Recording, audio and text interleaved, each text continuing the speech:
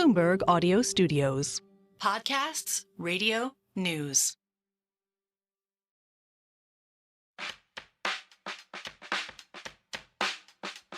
Welcome to the City of London. The City of London. The next station is Bank. Please mind the gap between the train and the platform. The financial heart of the country. The City. The City. Welcome to In the City. Stand clear of the doors, please. This is In the City, a podcast from Bloomberg about the stories important to the City of London. I'm Allegra Stratton. It's that time of year. Streets around the square mile are quieter as people are off on holiday breaks. Of course, essential packing for any holiday is a good book. So we're bringing you a summer reading list prepared by the Voternomics team. That's me, alongside Bloomberg Opinion's Adrian Wooldridge and Head of Government and Economics, Stephanie Flanders. This week, I sit down with Tim Marshall. He's author of Prisoners of Geography, The Power of Geography, and The Future of Geography.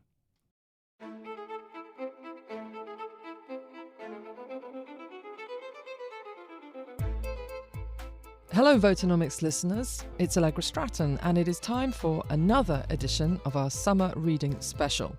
While Adrian, Stephanie, and I are off for a portion of the next month, we thought it'd be good to offer up a useful summer reading list. We each selected an author whose non-fiction work we felt was relevant and informative on the state of politics and economics right now. Last week, Adrian spoke with Fareed Zakaria about his latest release, The Age of Revolutions. It is a great listen, of course, so please check it out if you haven't already. But this week, I'm bringing you a conversation with Tim Marshall.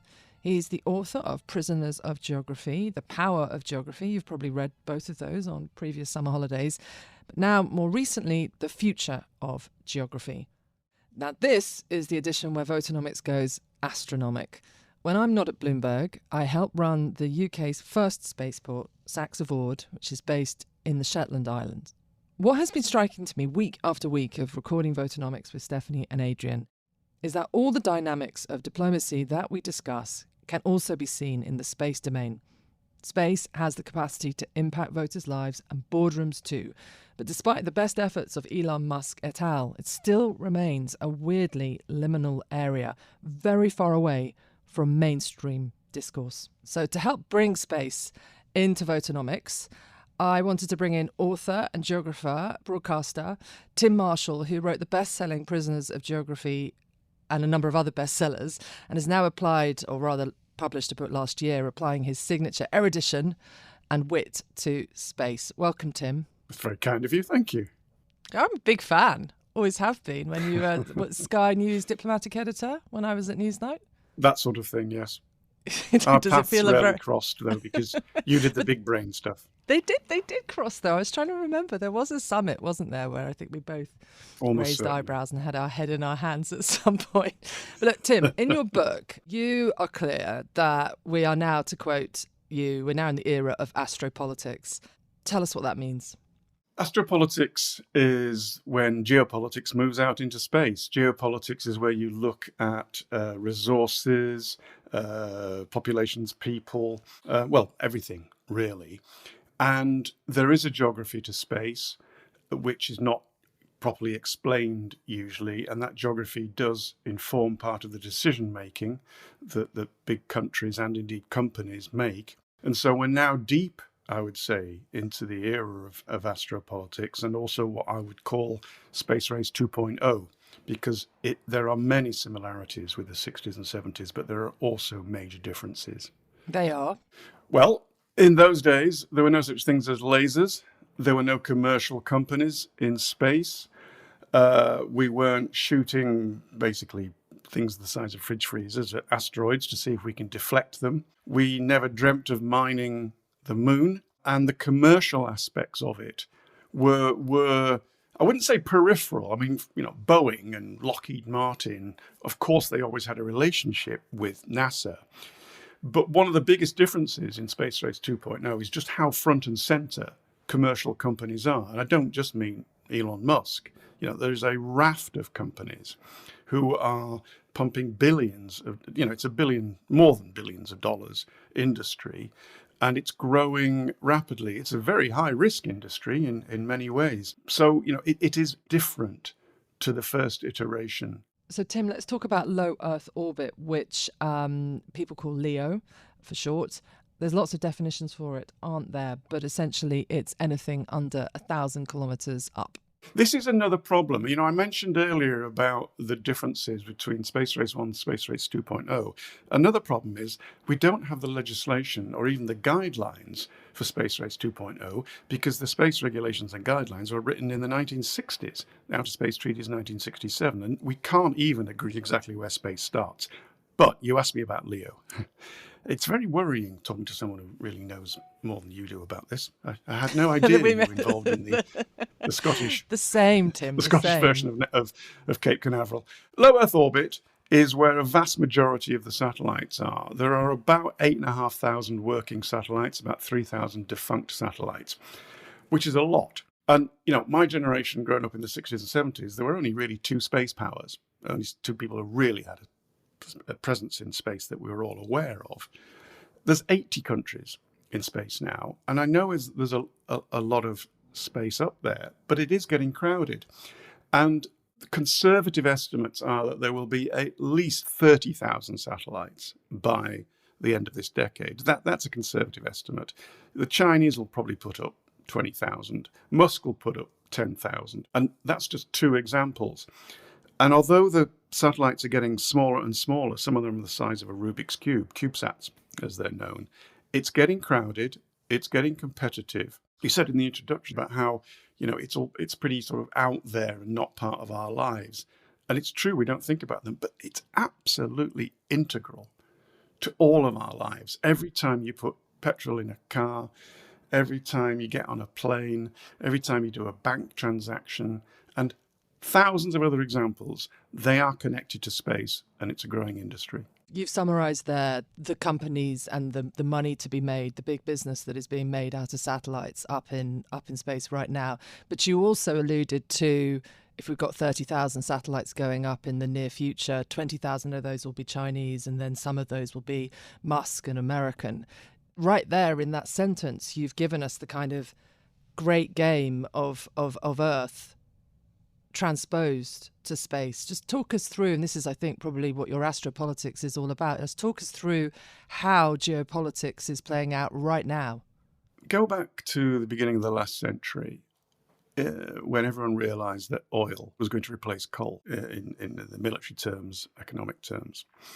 You would not find a major company or country that, when a massive oil discovery was made, said, you know what, we won't bother. We're not sure about this one. They had to go, they had to compete, and it's the same. And so you cannot leave this newish domain to your rivals, whether it's the satellite industry, whether it's experiments, scientific experiments in space, or the big one, and the most difficult at the moment, mining space for the very minerals that we need for renewable energy here on Earth, which of course is a very finite resource. And so the great powers and the big companies are competing against each other. Now, obviously, the American companies are in bed with the American space companies, and ditto the other side of the Chinese and the Russians. But if you look in broad brush terms, there is a bloc going up led by the Americans via the Artemis Accords. 42 countries have signed on. And then there is a bloc going up led by China, which is the senior partner with Russia as its junior partner, play Iran and North Korea clutching onto their coattails.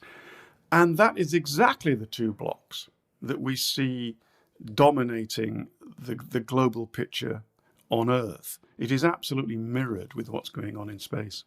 And then there was great excitement because the Europeans put up Ariane 6. Listeners can't see, but Tim has just smiled on the camera that I'm talking to him on. So what's the impact going to be of, for the first time in a while, Europeans returning to be able to launch?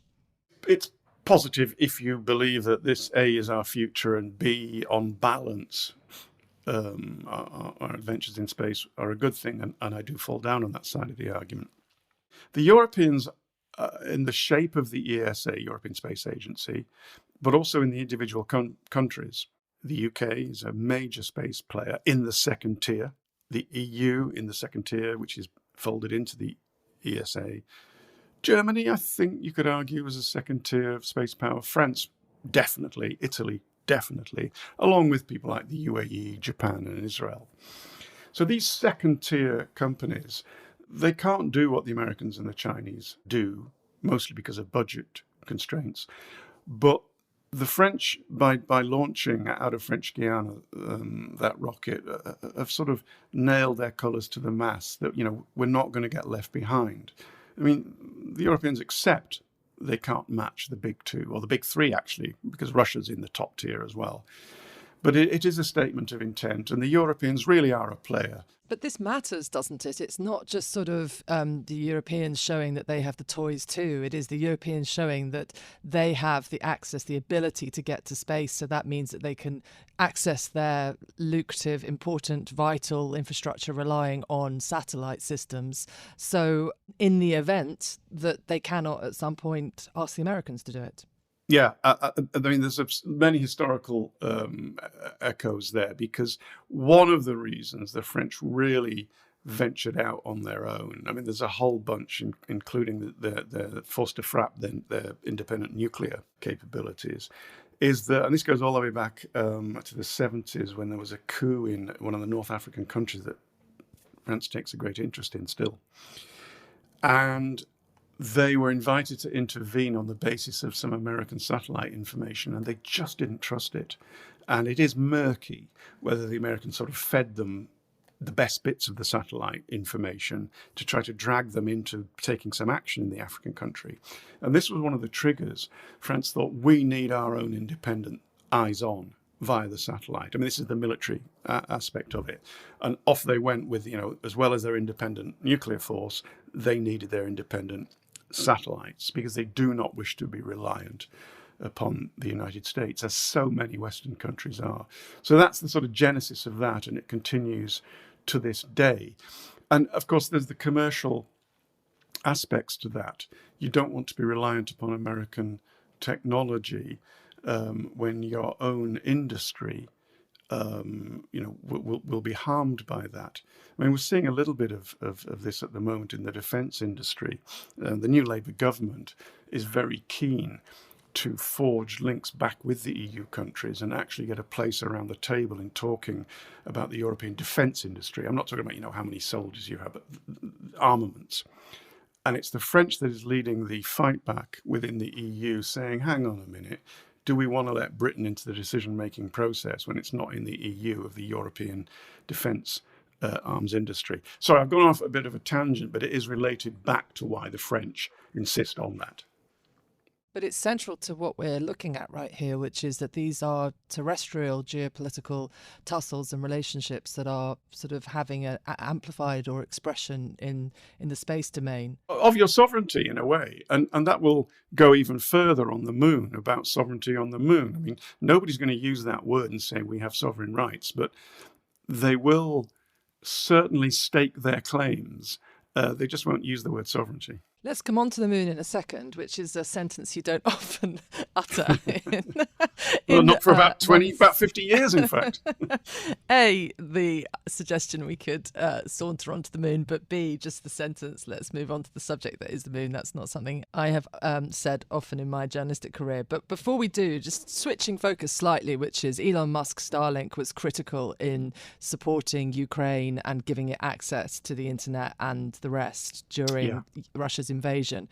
Clearly that was benign and something to be celebrated. But is there any queasiness around the idea that it is a private company that has that kind of power and, at some point, which is not yet on the horizon, but at some point they can turn it on and they can turn it off? I'll accept your use of the word benign. In the original effort by Musk, he sent the Starlink terminals into the Irpin region, thousands and thousands of them, to link to his Starlight satellite system to deliver the internet to them. And that was benign and it was good. But of course the Ukrainian military jumped on it and used it to target Russian soldiers and kill them. It was inevitable. So I put it to you, members of the jury.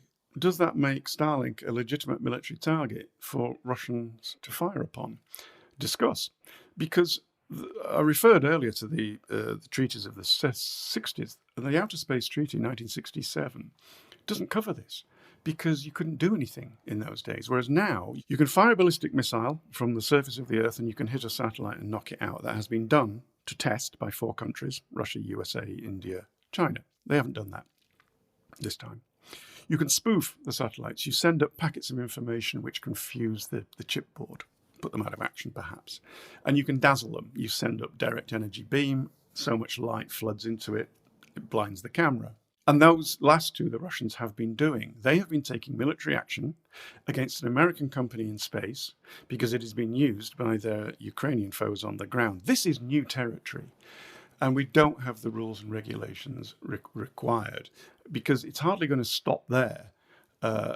We now have direct energy weapons that can knock drones out at a range of about 7 kilometers.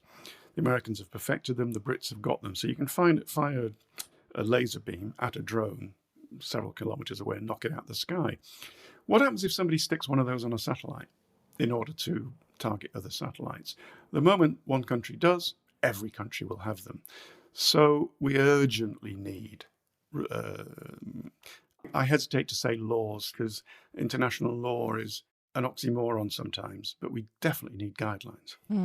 Any prospect of those coming? No, everyone knows we need them. Everyone suspects they will eventually come. I go back to the early days of the nuclear race when the Americans had the bomb, the Russians got the bomb, and the immediate response was both sides built more and more and more of them until they had tens of thousands of warheads. And then at that point, they thought, we really need to talk to each other about this. And I think that will be the case in space. There is an arms race going on in space. Many countries now have space commands. China got the first. Trump introduced the second. UK has one. France, Germany, India, etc. These space forces. And so it is inevitable. But I think we're going to go through this period of X years before we realize how dangerous it's got, and then we realize, hang on a minute, all these satellites are integral to the world economy. The last thing we need is people knocking into them or firing at them. And then we will have treaties. And the people are working on the texts already, but hasn't percolated to the senior levels of industry and politics, the urgency of it. You just mentioned Donald Trump yourself. What does President Trump 2.0 mean for the space race? It's difficult, isn't it? Because it all comes down to budgets. The budgets are actually smaller than they used to be. People think the countries are spending more. In real terms, they're not. The USA, for the space race, which was part of a war, the Cold War, they had to win that as part of winning the Cold War. I think it was 0.5% of GDP. Whereas I think the budget now at state level is 0.3% roughly of GDP. So it was Trump that introduced Space Force amid much mirth, which, for me, I'm not a supporter of him. But when you use something like that to make fun of him, it betrays that you're not understanding him. You're too busy trying to laugh at him. And it's an issue that has been going on for years now. So he realized Space Force, good idea. In the context of China's got one, everyone's going to have them, we need to up the game. Trump is aware of how much the Chinese are spending on space and doesn't want to get left behind. But Musk helps him. I mean, Musk has helped him in a number of ways in the last. He'll make the case. Indeed. But Musk helps him in that his company SpaceX is doing a lot of the heavy lifting, and they've got billions and billions of pounds of US funding. So it's a kind of, an ecosystem where the one is scratching the back of the other and assisting the space effort. It is, and just as you'll know, I think it's something like 90% of the US budget that goes on armaments for Ukraine is spent in the United States first, building them. It is very beneficial to American industry. But it's a similar argument when it comes to space. And yes, Musk has his ear because he's such a big player in the space industry. But also a lot of the things we've been talking about come together here. Space Race 2.0 and the centrality of private enterprise. Because as I said, Boeing, Lockheed Martin, many other companies. Yeah, NASA went to them and said, can you build me that widget or that? But it was very much a government driven. It's now a rough percentage, 50% is private enterprise. And that's the same in China, although all companies are essentially controlled by the CCP, but there's a lot of startups there. So private enterprise in America is a major, major part of this. Private enterprise across the world is a major part of this. I just wonder whether governments have had the conversation with the electorate about everything we've just been discussing, the role that it plays in people's lives, the centrality, it is, if any of these satellites were taken down, it's many billions of pounds of economic damage per day, right? And so in order to make sure that they are safe and protected and so on, there probably will in the years ahead need to be greater money spent on them. So I wonder, given we'd never have that conversation, whether it's a sort of going to be a shock to prime ministers and their, chancellors and so on when the economic impact of them being vulnerable is fully understood. It's very striking in your book, that passage where you talk about how once America had put a man on the moon, not long after they canned the funding for it, because once you've done the kind of TV gold and the historic moment, we're in a different era now, and so there is plenty more to do. But at the time, they made a different decision. They made a decision that there were terrestrial policy programs they wanted to put that money into.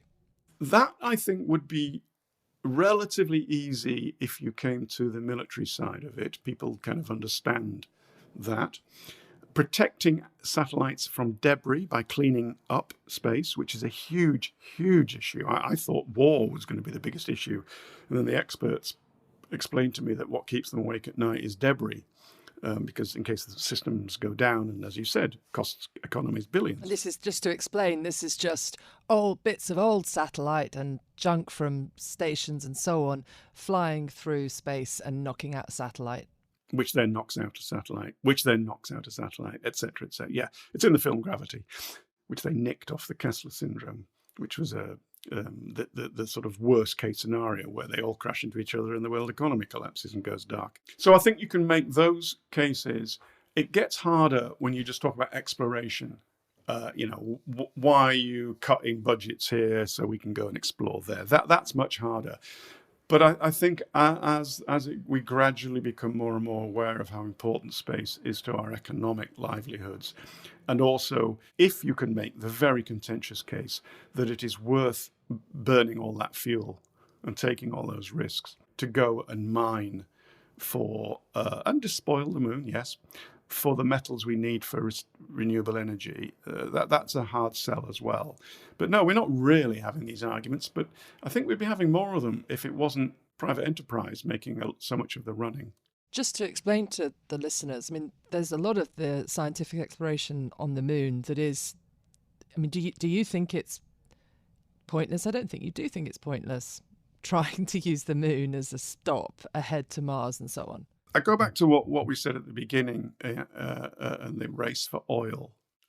You can't afford not to be there. The background to this is the Indians proved there was water at the South Pole of the moon, and they're the only ones who have landed a craft there. It's very hard to land at the South Pole. It's very rugged terrain, caves, mountains, boulders, and they've done it. And that's because it is also very, very likely that there are large amounts of many of the metals. There's a small amount of lithium, lignite, all sorts of stuff. And there's water, therefore there's oxygen and hydrogen, and therefore there's fuel and things to drink.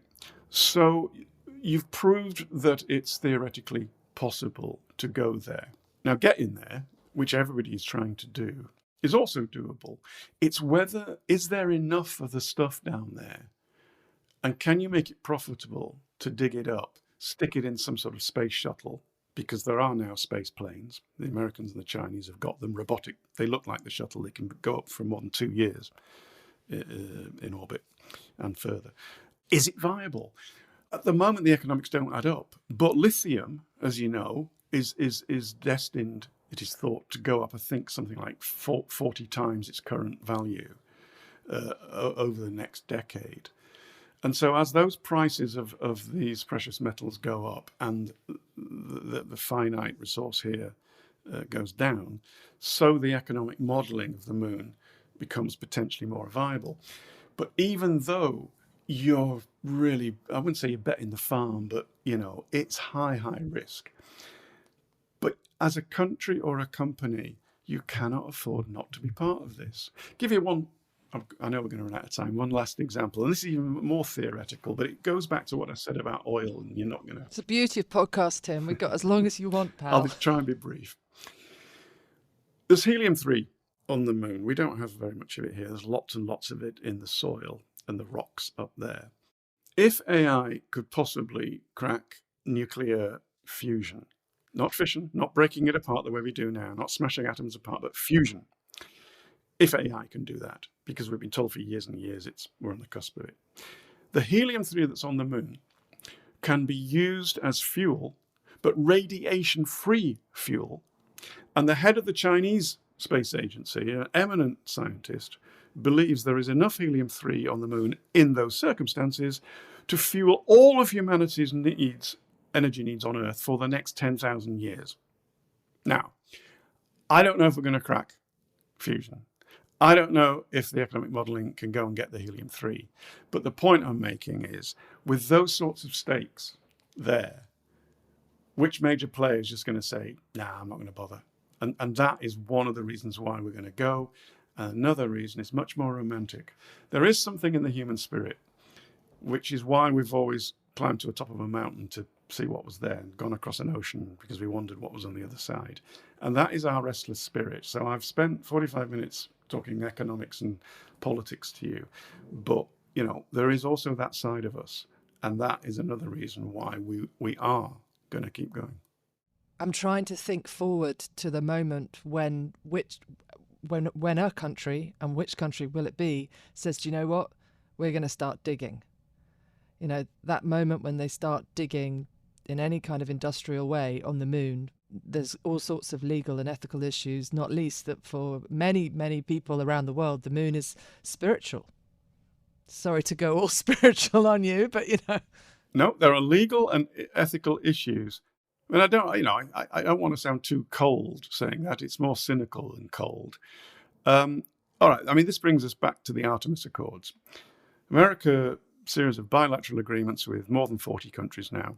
And in the Artemis Accords, it clearly states that if you've invested all that money in going to the moon, and then you've invested digging, and then you strike gold, the new gold, you can then declare a safety zone. Well, how big? Well, you choose. For how long? Oh, you choose. Now, that sounds to me like sovereignty under another name.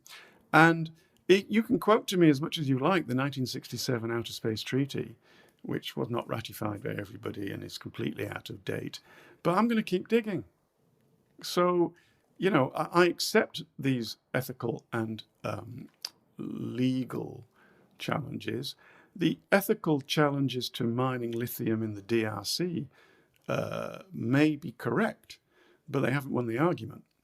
And the legal aspects of X, Y, and Z, well, you and whose army? Well, you're going to fly me to the moon and stop me. So I'm sorry to sound so cynical, but this is big industry, big government, and big stakes for potentially winning, but certainly being involved in one of the big energy questions of the 21st century. So I suspect that has more weight than the objections that are already being sounded. How many years away is it? I think in the 2030s we will have moon bases. I think in the 2030s we will have started mining. At what scale? I don't know. But everything I see at the moment points that is going ahead. Another legal point. Outer Space Treaty, you cannot own any part of space or a planet or the moon. Fine. Who owns those rocks that we brought back? And NASA is currently tendering for a company, and I think a Japanese company may have won it. I want you to go at the moon, dig up a rock, bring it back, and sell it to me for $1. Now, what's in it for the company? What's in it for NASA?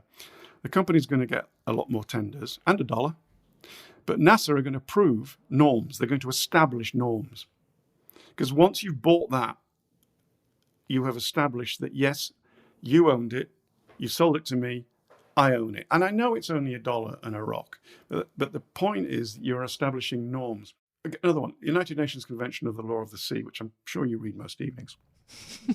Only a few countries signed that when it started. Now it is the norm. The Artemis Accords were signed by only 12 countries when it launched, and now it's more than 40. It is establishing the norms. And the Artemis Accords allows for drilling and bringing back and selling. So, we're in a new era. I just think we still think about space the way we thought about it in the 60s and 70s. We've moved on. It was very striking, wasn't it, a few months back, to have the Americans let it be known that they believe that Russians would target satellites. So the expression, the public admission that now satellites are part of warfare. Yeah, something has happened there, which is obviously so classified we don't have the details. Because before they did that, several months prior to that, they said that the Russians were working on a new weapon in space. And I was trying to figure out what. And there's two obvious scenarios. One genuinely is a nuclear bomb in space, which, yes, I know it's forbidden, but, so is invading Ukraine. You can explode a very small yield nuclear bomb in space, probably without setting the atmosphere on fire. And the reason you would want to do that is that at the moment, you can fire a ballistic missile at a big satellite and knock it out, hitting a bullet with a bullet. It's incredibly hard and incredibly expensive. But if you were just to... the second problem is that because the satellites are now so small, and you have an array of satellites, very small ones, maybe 20 of them in a constellation, and if you hit one of them, well, they still work, and then you go and you just put another one up there. So to wipe out the whole 20 or 50, a very, very small nuclear bomb or some other form of explosion will do it. So that's one scenario. And the other one is this idea of a direct energy weapon, which now exists on Earth. They hit the drones, these lasers, laser beams, burn them out. So again, it could be sticking one of those on. So the Americans have done two things. They've warned us they're looking at a weapon in space, and now they're saying, and it's to hit the satellites. It's not inevitable that it's going to happen. It's inevitable that space will be weaponized. Because if you disbelieve me, you have to just ignore the last 12,000 years of recorded history. So why would, given that we've weaponized pretty much every other area we've gone into, why are we not going to weaponize this one? It's why the French are already working on bodyguard satellites, putting a satellite between one that's really important and has perhaps their nuclear codes early warning system in it, and the potential aggressive satellite that might be approaching it. These things are in train. Tim Marshall, that was fantastic. Now Voternomics, for its next episode, will have to come firmly back to earth. But for this one, thank you very much. Thank you. Good stuff, Tim. Yeah, that was fun, wasn't it? Thanks for listening to this week's Voternomics from Bloomberg. This episode was hosted by me, Allegra Stratton. It was produced by Summer Sadi with booking support from Chris Martlew. Production support and sound design by Moses Andam. Brendan Francis Newnham is our executive producer. Sage Bauman is head of podcasts, and special thanks to Tim Marshall. Please subscribe, rate and review wherever you listen to podcasts.